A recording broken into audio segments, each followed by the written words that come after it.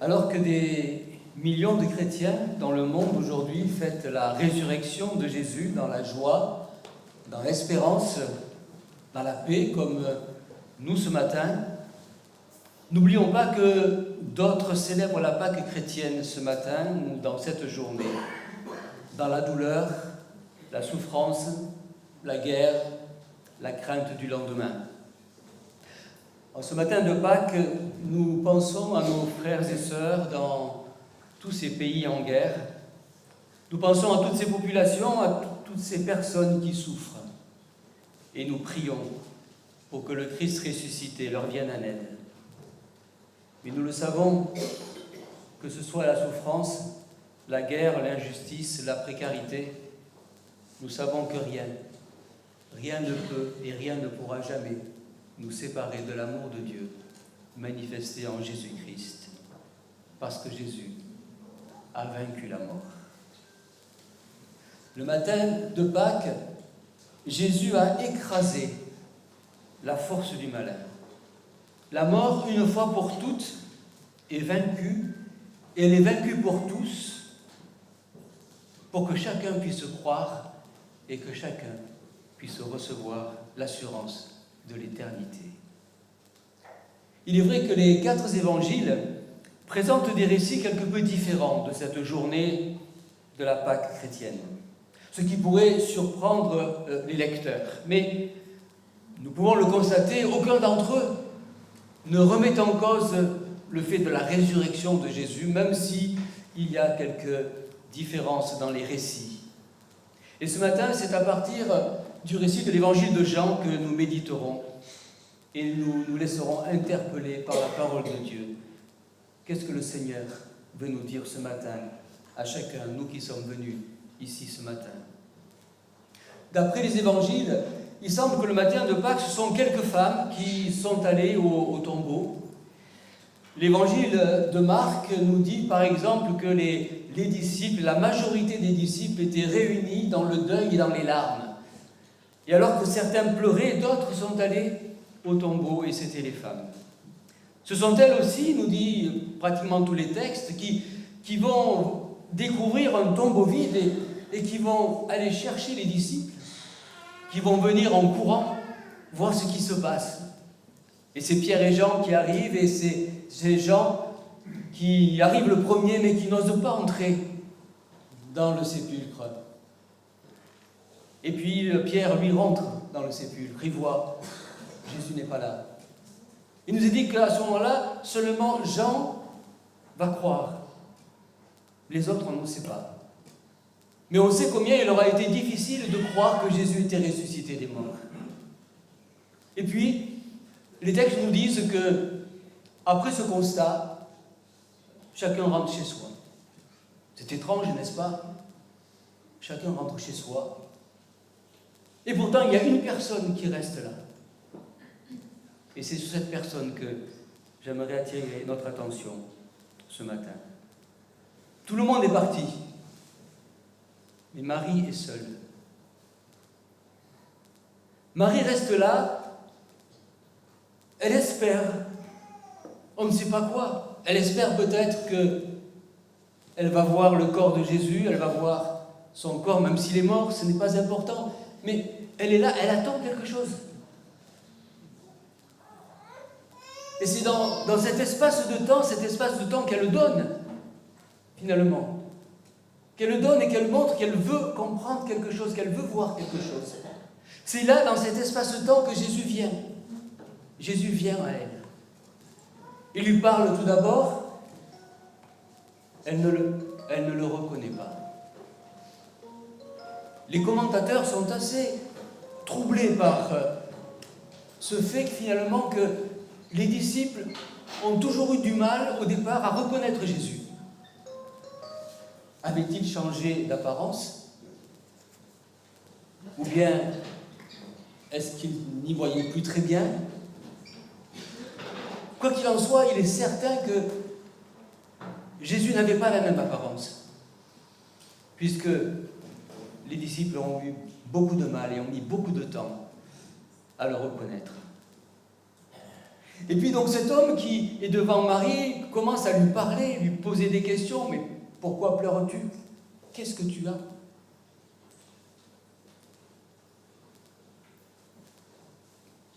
Et là, la réponse ne vient pas. Et alors, elle demande si elle peut voir Jésus.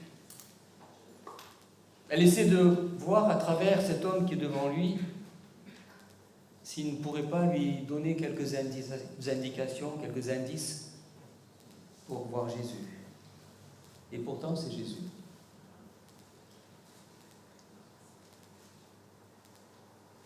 Marie. C'est le mot qui résonne devant ce tombeau vide. Et c'est ce mot qui va réveiller totalement Marie, qui va totalement la bouleverser, car elle reconnaît la voix de Jésus. Rabbouni, Maître, Seigneur.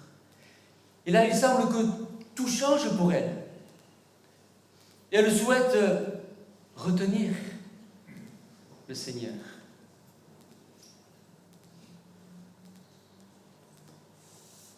Mais Jésus l'arrête. C'est étonnant. Jésus l'arrête et lui dit non. Peut-être que pour Marie, elle pensait que tout allait recommencer comme avant, alors que Jésus lui dit non, c'est fini. On passe à une autre étape maintenant.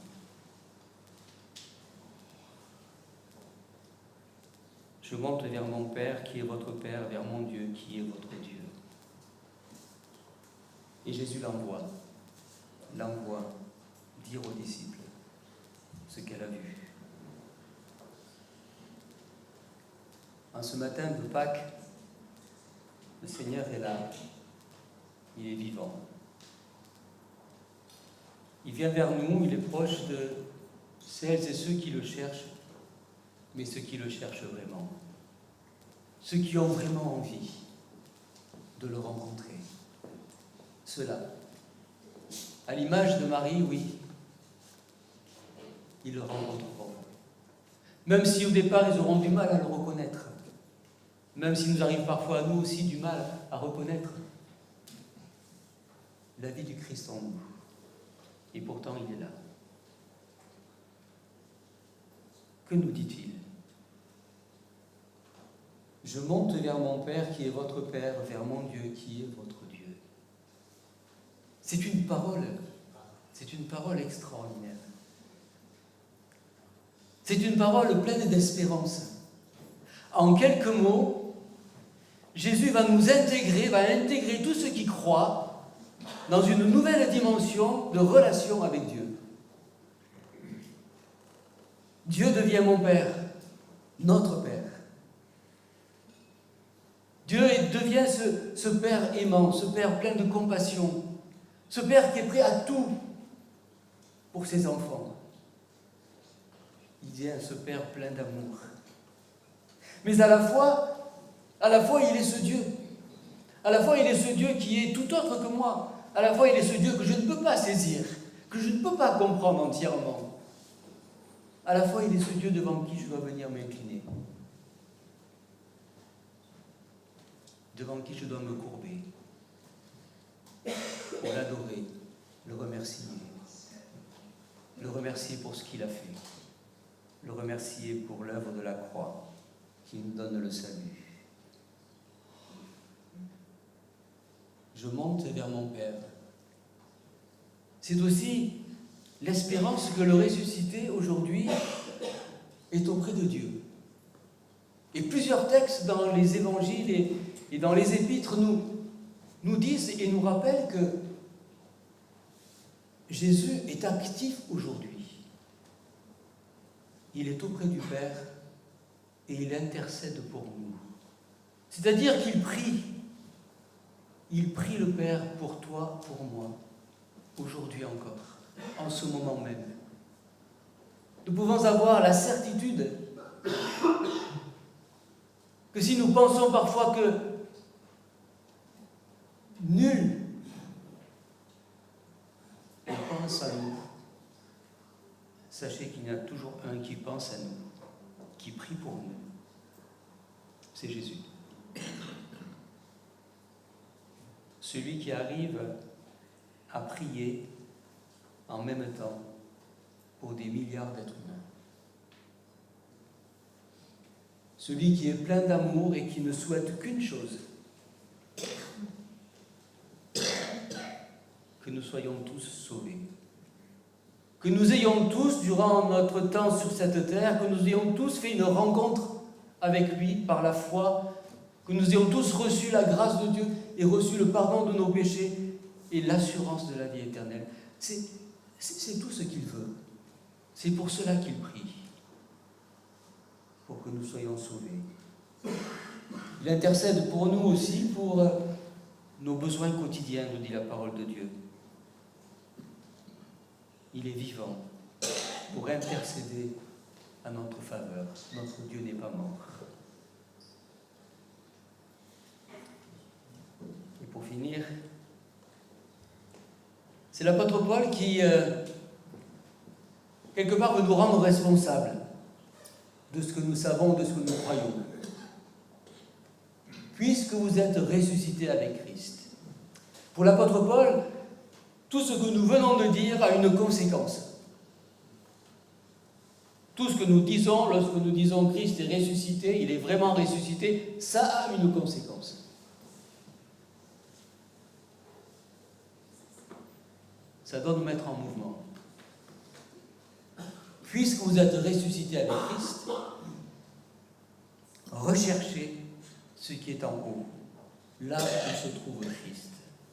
C'est-à-dire que si nous sommes cohérents avec notre foi, si nous sommes cohérents avec le message que nous avons reçu, nous l'avons dit tout à l'heure, nous devons nous attacher à ce qui n'est pas visible aujourd'hui. Ce qui est visible disparaîtra. Si nous sommes cohérents, nous devrions rechercher ce qui est en haut, là où est le Christ. Cherchez premièrement le royaume de Dieu et sa justice. Toutes choses seront données. La résurrection de Jésus nous invite à porter nos regards vers le ciel, tout en gardant bien sûr nos pieds sur terre. Mais il ne faudrait pas que nos pieds sur terre nous fassent oublier que nous sommes invités à vivre un jour dans l'éternité. C'est en haut qui est votre but, dit l'apôtre Paul, non sur la terre. Un jour, nous allons tout laisser. Nous allons tout laisser sur cette terre, nous allons laisser nos familles, nos amis, nos biens matériels. Il restera une chose.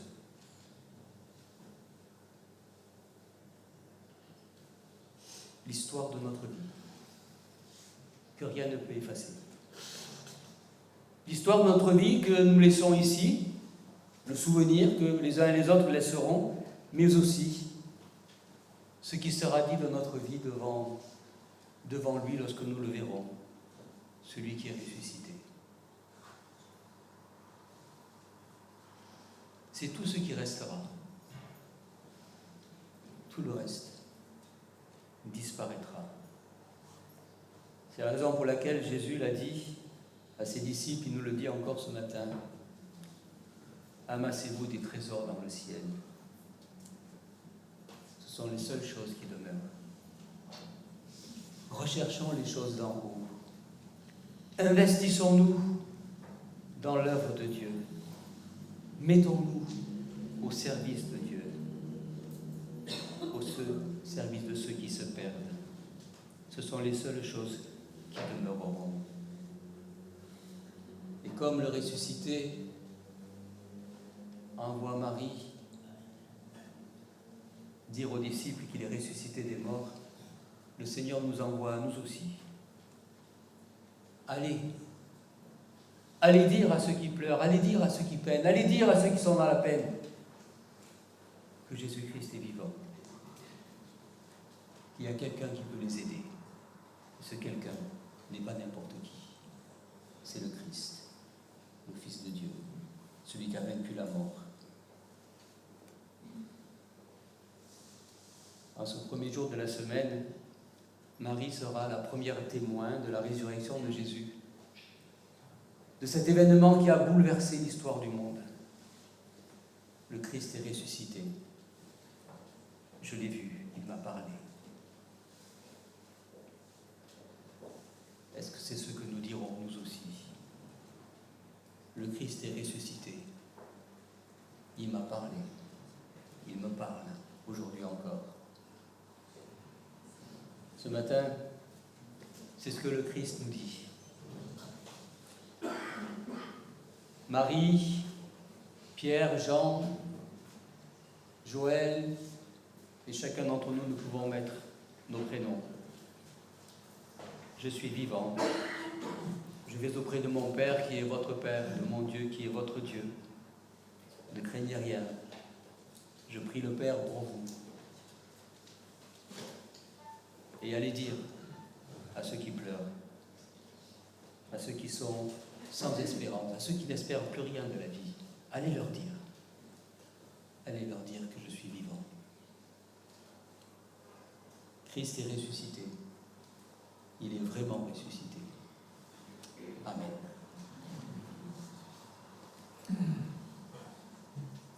Nous allons poursuivre par la lecture d'un texte en arménien, puis aussi un message en arménien, parce qu'aujourd'hui c'est un culte aussi en arménien, pour celles et ceux qui ne comprennent pas tout à fait bien le français encore.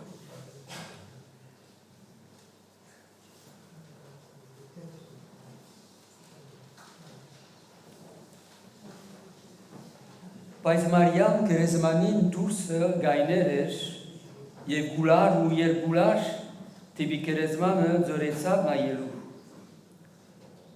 Դեսավ երկու հեշտակներ ջերմակ անտեսնով, որ նստել էին, որ Հիսուսի մարմինը տրված էր, մեկը գլխուն գողմը եւ մյուսը ոտքի գողմը։